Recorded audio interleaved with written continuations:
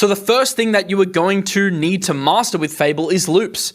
These were popularized when Fable launched because people realized that it was just much better at iterating on loops than the previous models. Well, what are loops? Well, loops are basically the way that you can get Claude to do a task autonomously and repetitively from the very beginning stage of finding the work to handing it to an agent, to checking the result of that agent, so the final product, to recognizing and recording what happened, to reviewing that work and then deciding the next move. So loops enable you to start an entire process from start to finish and then recursively complete that process again and again.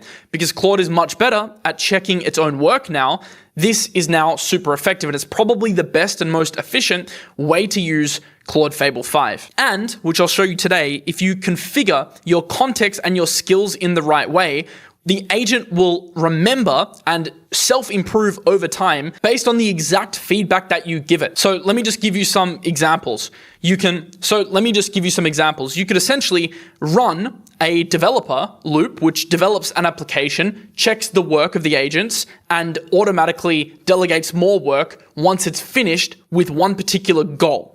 So you have the goal prompt, which I'll speak about today, which essentially is the way to get Claude to do something until it's done. So, research until you can answer these 5 questions or build this application. You're telling it to do a goal, it'll do it, and then it will stop.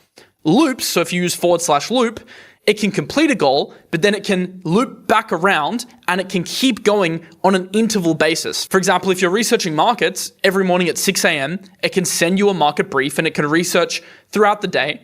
Instead of hitting a wall like it would on goal and just, stopping, the loop keeps it going so it can keep iterating, improving, reviewing its own work and sending it to you every day.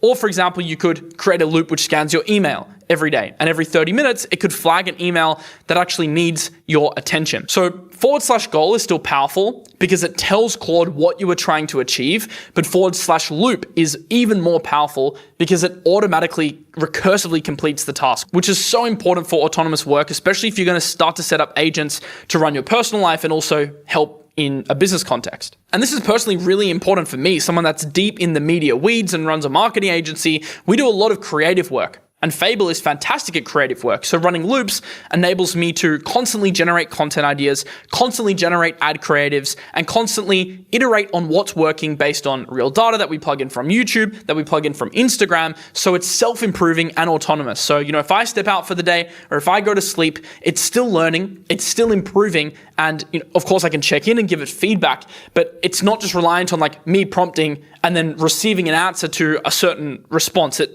basically works by itself, which is really what you want out of an AI model.